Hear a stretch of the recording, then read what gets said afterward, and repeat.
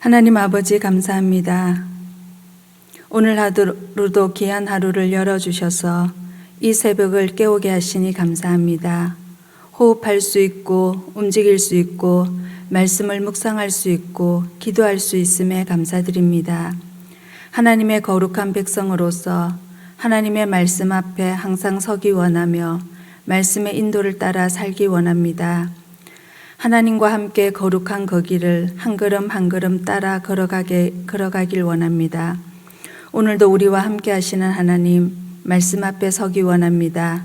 하나님의 말씀을 잘 들을 수 있도록 잘 듣는 마음을 주시고 깨달을 수 있도록 성령 하나님 도와주옵소서. 우리를 죄에서 구원하신 예수 그리스도의 이름으로 기도드립니다. 아멘. 오늘 함께 보실 말씀은 출애굽기 22장 1절에서 15절입니다.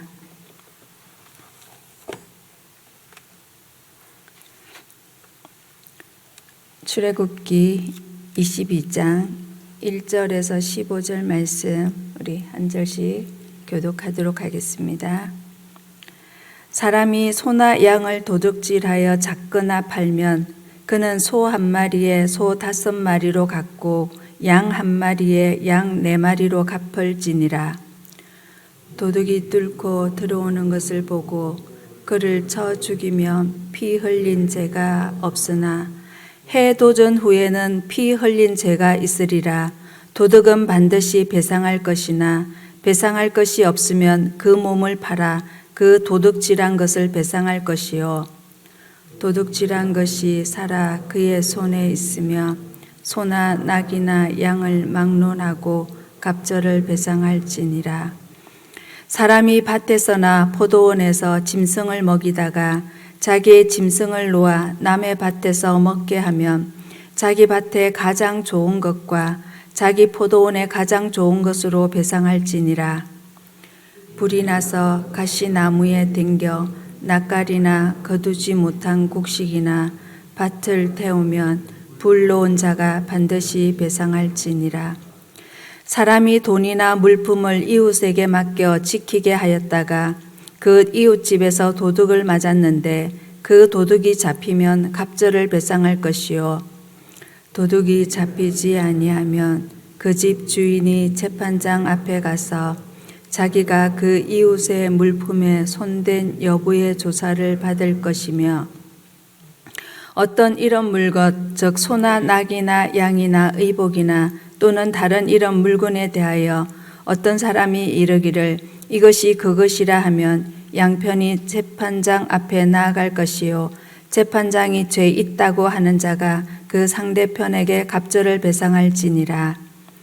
사람이 낙이나 소나 양이나 다른 짐승을 이웃에게 맡겨 지키게 하였다가 죽거나 상하거나 끌려가도 본 사람이 없으며 두 사람 사이에 맡은 자가 이웃의 것에 손을 대지 아니하였다고 여호와께 맹세할 것이요 그 임자는 그대로 믿을 것이며 그 사람은 배상하지 아니하려니와 만일 자기에게서 도둑 맞았으면 그 임자에게 배상할 것이며 만일 찍혔으면 그것을 가져다가 증언할 것이요 그 찍힌 것에 대하여 배상하지 아니할지니라. 만일 이웃에게 빌려온 것이 그 임자가 함께 있지 아니할 때에 상하거나 죽으면 반드시 배상하려니와 같이 읽겠습니다. 그 임자가 그것과 함께 있었으면 배상하지 아니할지니라. 만일 새낸 것이면 새로 족하니라. 아멘. 계속 십계명 이후에 우리가 지켜야 될 그 언약석, 구체적인 일상생활에서 지켜야 될 그 판례들을 말씀을 하고 있습니다. 하나님과 언약을 맺은 이스라엘은 이제 언약 공동체로서 사회 질서를 유지하기 위해서 개인의 재산은 법적 보호를 받아야 하고 또한 타인의 재산에 대해서는 절도와 사기, 타인의 재산을 유용한 경우는 엄중한 처벌을 받게 된다는 것을 말씀을 하고 있습니다. 오늘 본문에서는 도둑질한 것에 대해서 4배와 5배의 배상 처벌을 제시를 합니다. 그런데 그 비슷한 레위기 6장에서 보면은 원금의 5분의 1을 더해서 추가로 속건제의 수양을 바치라고 요구합니다.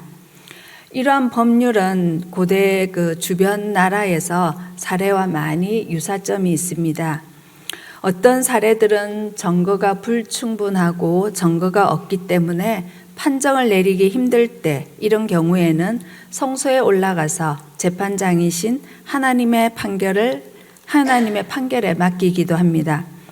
이때 하나님께서 어떤 방식으로 판결을 내려서 진실이 드러났는지에 대해서는 우리는 알 수가 없습니다. 왜냐하면 성경이 그 부분에 대해서 침묵을 하고 있기 때문입니다. 자, 오늘 본문의 말씀을 한번 살펴보겠는데요. 1절에서 4절은 절도에 대한 배상입니다. 8계명과 10계명을 어겼을 경우죠. 도둑질하지 말라, 내 이웃의 집이나 그 물건을 탐내지 말라는 그 계명인데요.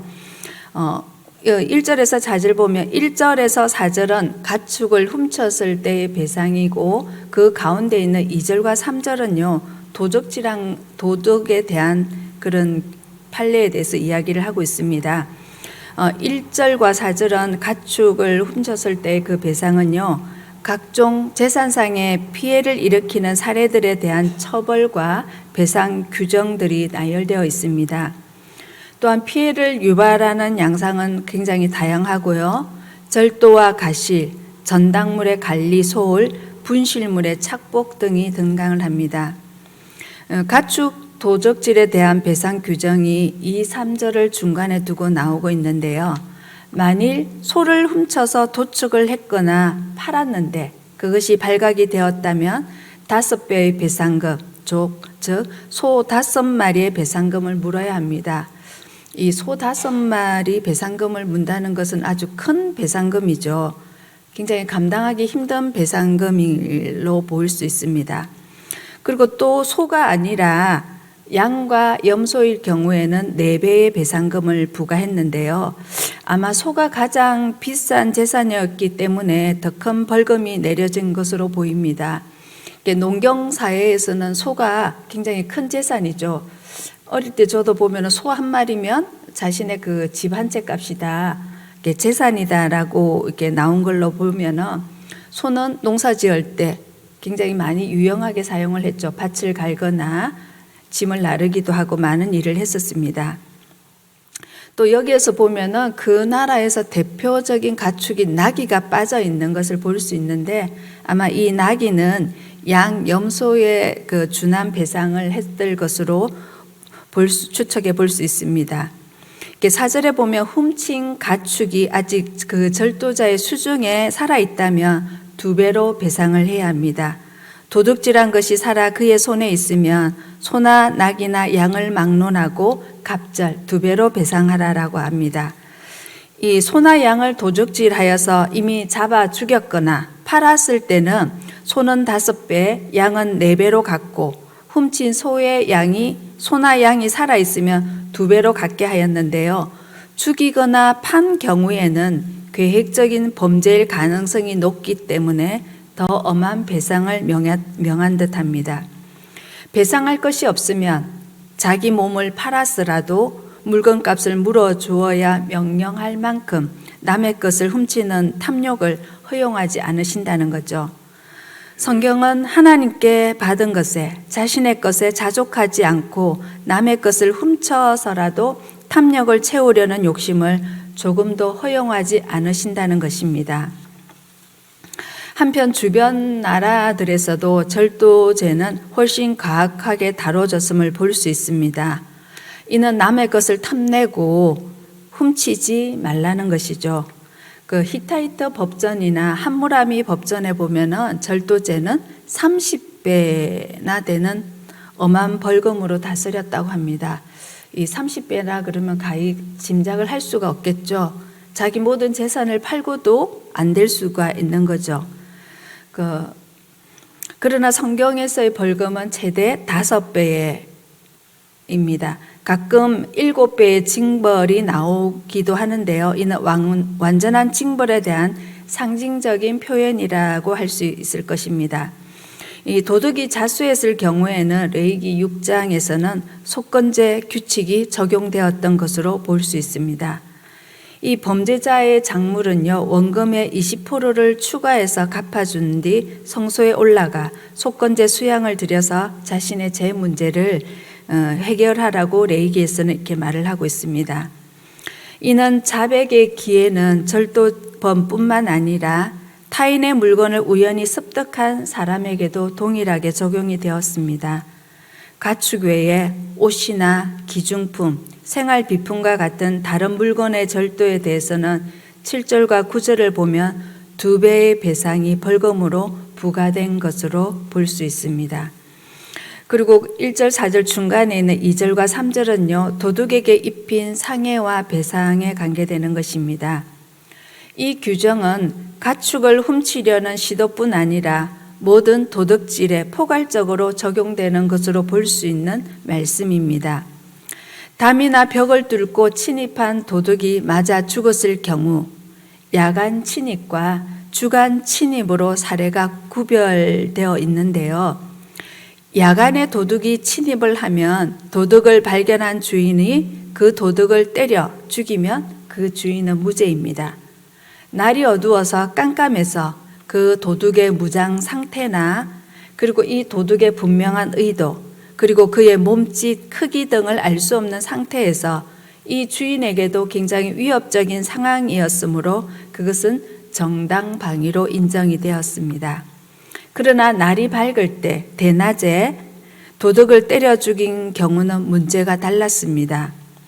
주인은 피를 흘리지 않고도 그 도둑에 대처할 여러 가지 방안이 있었기 때문에 그 주인은 그 핏값을 책임을 져야 했습니다.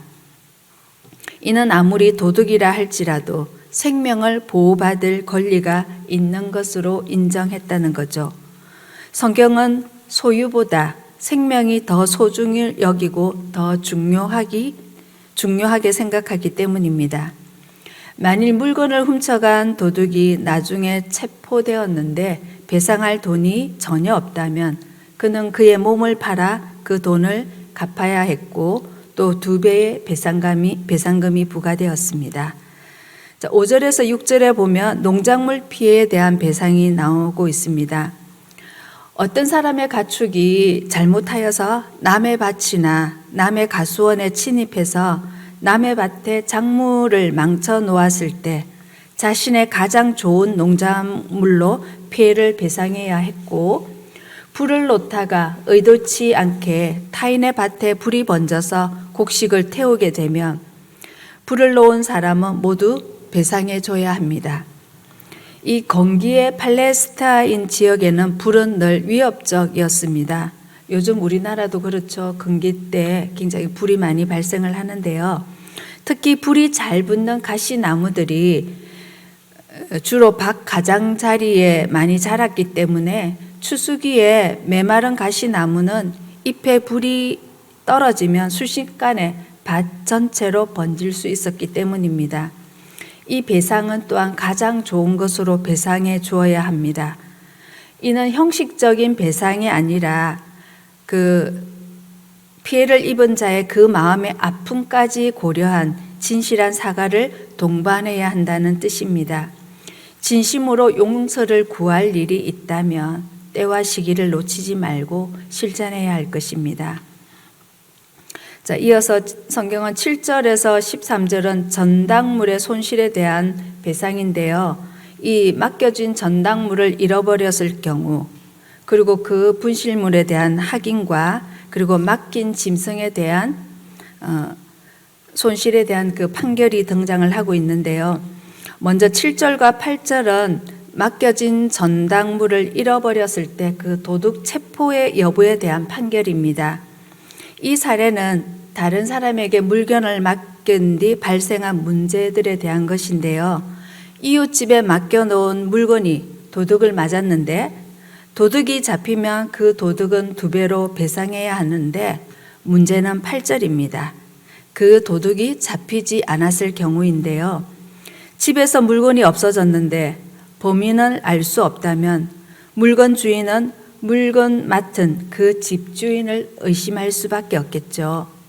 물건을 잃어버린 사람은 그 결박을 증명하기 위해 물건 주인과 함께 성소로 올라가 재판자, 이 재판장은 하나님이신데요. 재판장이신 하나님께 판결을 맡길 수 있습니다. 만일 판결을 내리시는 분이 하나님이라면 하나님이 어떤 방법을 사용하셨지 그 판결을 내리는지에 대해서는 본문은 침묵을 하고 있습니다. 아마 당시의 사람들은 다 아는 관행이었기 때문에 본문이 생략했다라고 주장하기도 하고 우림과 둠빔과 같은 신탁을 통해 결정되었을 것이라고 생각하는 이들도 있습니다. 고대 이스라엘에서도 율법의 한계 때문에 많은 경우 양심에 호소하고 신적 개입을 탄원할 수밖에 없었음을 알 수 있습니다. 그리고 9절에 보면 분실물 확인에 의한 판결인데요. 사람이 분실한 물건이나 가축을 우연히 타인이 갖고 있는 것을 발견하고 자신의 소유권을 주장하였을 때 만일 그것을 가지고 있는 사람이 그 소유권을 인정하지 않는다면 두 사람은 성소에 올라가 재판장이신 하나님께 판결을 맡겨야 하는데요. 하나님에 의해 유죄로 판결이 난 사람은 상대방에게 2배로 변상해 줘야 했습니다. 그리고 10절에서 13절은요. 맡긴 짐승의 손실에 대한 판결입니다. 만일 가축을 이웃 동료에게 잠시 맡겨 놓았는데 죽거나 상해를 입었거나 분실된 경우에 대한 판결입니다. 죽거나 상해를 입었을 때는 가축을 심하게 부리다가 문제가 발생했다라고 생각할 수도 있겠고 분실했을 때는 그 사람이 숨겨 놓았다고 의심을 받을 수 있었습니다. 이때 짐승을 맡아준 사람이 자신의 결백을 맹세하면 이 혐의를 벗을 수 있기도 했는데요. 11절에 그 주인은 그 결백의 선언을 믿을 수밖에 없었습니다. 왜냐하면 구약에서는 여호와의 이름으로 맹세하는 것은 목숨을 담보로 하는 대단한 위험한 일이었기 때문이었습니다. 자, 왜 여호와로 맹세한다는 것은 목숨에 담보로 하냐면 우리 창세기에 보면 하나님께서 아브라함과 언약을 맺는 장면이 나옵니다. 그게 보통 우리가 횃불 언약이라고 하죠. 짐승을 쪼개서 양옆으로 놓고 하나님이 그 횃불 사이로 지나가시는 장면이 있잖아요. 이들의 언약 맹세는요. 만약 너가 그 언약을 어기면 이 짐승처럼 몸이 쪼개져 죽게 된다라는 굉장히 큰 의미로 맹세로 있기 때문에 여호와로 맹세한다는 것은 내가 내 목숨을 담보로 여호와 이름으로 맹세한다는 것입니다. 그렇기 때문에 여호와 이름으로 맹세한다는 것은 이 사람이 정말 진실하다고 자신의 결박을 주장하기 때문에 그 주인은 그것을 믿게 된다는 거죠. 그래서 여호와 이름으로 맹세한다는 것은 그 자체로 그 사람의 혐의가 벗겨질 수 있었다는 거죠. 그러나 12절에 맡은 사람의 관리 소홀로 가축을 도둑 맞으면 주인에게 배상을 해야 했고 13절에서 들짐승에게 물려 죽였으면 책임에서 벗어나기 위해 그 사체를 가져다가 정명을 해야 했습니다. 자, 마지막으로 14절에서 15절은요. 빌린 짐승의 상해에 대한 배상인데요. 당시 이스라엘 사회에서는 짐승을 빌리거나 세를 내어 사용했던 것 같습니다. 아마 자신에게 그런 짐승이 없었다면 그 농사를 짓기 위해서 짐승을 빌려서 사용을 해야 했을 경우가 있을 건데요. 그런데 빌리는 것과 세내는 것은 차이가 있었습니다. 빌리는 것은 돈을 지불하지 않고 그냥 이웃에게 빌려오는 것이고 세내는 것은 사용료를 내고 대여하는 것과 같은 것이었습니다. 14절에 빌려온 가축이 주인이 없는 사이에 다치거나 죽으면 빌린 사람이 배상을 해야 하고요.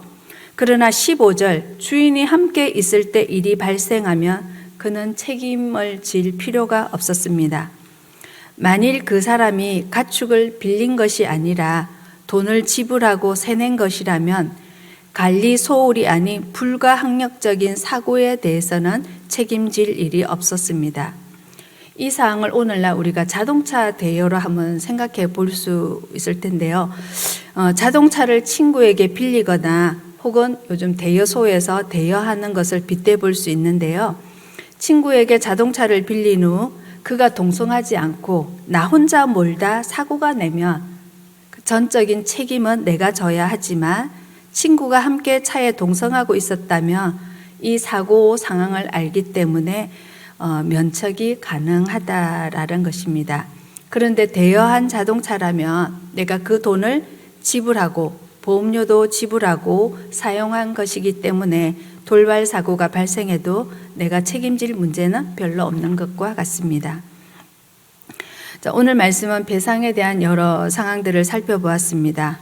혹시 나는 내가 배상을 해야 되는데 아직 배상하지 못하고 있는 것은 없는지 한번 생각해 보시고 말씀을 개인적으로 묵상하시고 기도하시고 돌아가시겠습니다.